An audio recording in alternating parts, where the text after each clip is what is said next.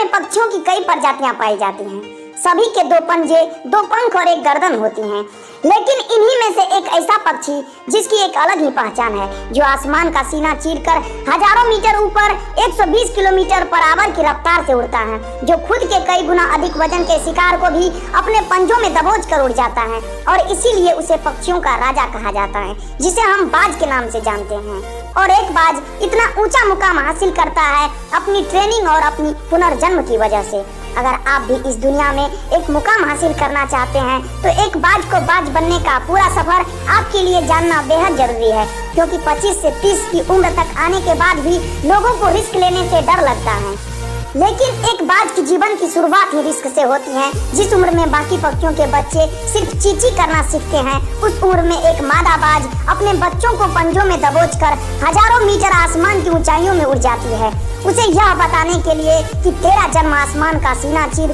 सबसे ऊपर उड़ने के लिए हुआ है। तेरा जन्म पक्षियों का बादशाह बनने के लिए हुआ है। जमीन से हजारों मीटर ऊपर ले जाकर मादा बाज अपने पंजों से उसे छोड़ देती है, और यहीं से शुरू होती है उसकी हाई रिस्क ट्रेनिंग।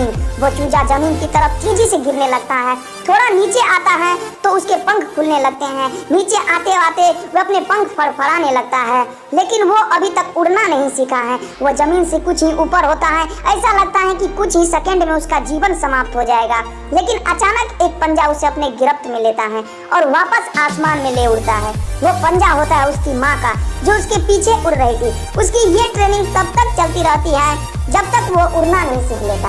इतनी हाई रिस्क ट्रेनिंग होने के बाद इस दुनिया को एक बाज मिलता है। बारिश के वक्त जब सारे पक्षी आश्रय की तलाश करते हैं, तब यही बाज उसी बारिश को आसमान में चीरते हुए ऊपर निकल जाता है और बादल से कहता है, तू बरस ले कितना बरसेगा, फिर नीचे आकर चैलेंज करता है। एक बाज की उम्र लगभग 70 साल की होती है। जब वो 40 साल का होता है, तब एक परेशानी उसकी जिंदगी में मौत बनकर आती है, जो आपकी परेशानियों की तुलना में बहुत बड़ी है, क्योंकि 40 की उम्र में बाज के चोंच इतनी मुड़ जाती है कि उसे शिकार निगलने में काफी परेशानी होती है। उसके पंख को भारी हो जाते हैं, छाती से चिपकने लगते हैं, जिससे उड़ना बहुत मुश्किल हो जाता है। उसके पंजे लंबे और लचीले हो जाते हैं, जिससे वो शिकार को सही तरह से पकड़ नहीं पाता। अब उस बाज के पास सिर्फ 3 रास्ते होते हैं। पहला, वो अपने शरीर त्याग सकता है, दूसरा गिद्ध की तरह छोड़े हुए भोजन पे निर्भर हो जाए, और तीसरा सबसे कठिन और पीड़ादायक रास्ता, अपने आप को पुनः स्थापित कर फिर से आसमान का सीना चीरकर उड़ने का।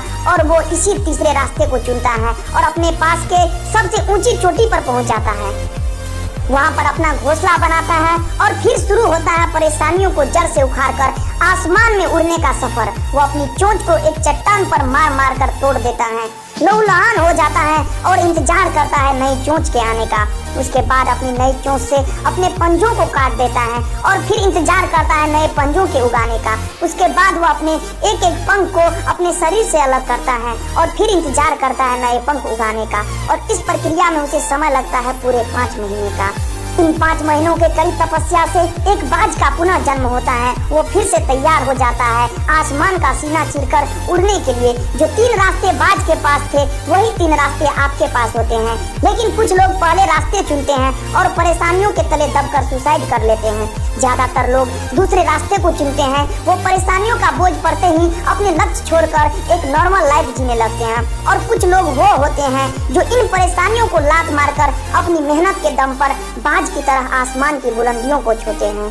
दोस्तों, बाज की यह ट्रेनिंग हमें बहुत बड़ी सीख देती है कि अगर रिस्क लेना पड़े तो लो, कि अपने फील्ड में अपने आप को इतना ट्रेंड कर लो कि उस फील्ड में आपसे ऊपर उड़ने के बारे में सोचकर लोगों के पसीने छूट जाए, तभी आप अपने फील्ड के बादशाह कहलाओगे। दोस्तों, कहानी अच्छी लगी हो तो कमेंट के जरिए हमें जरूर बताएं। Thanks, God bless you all.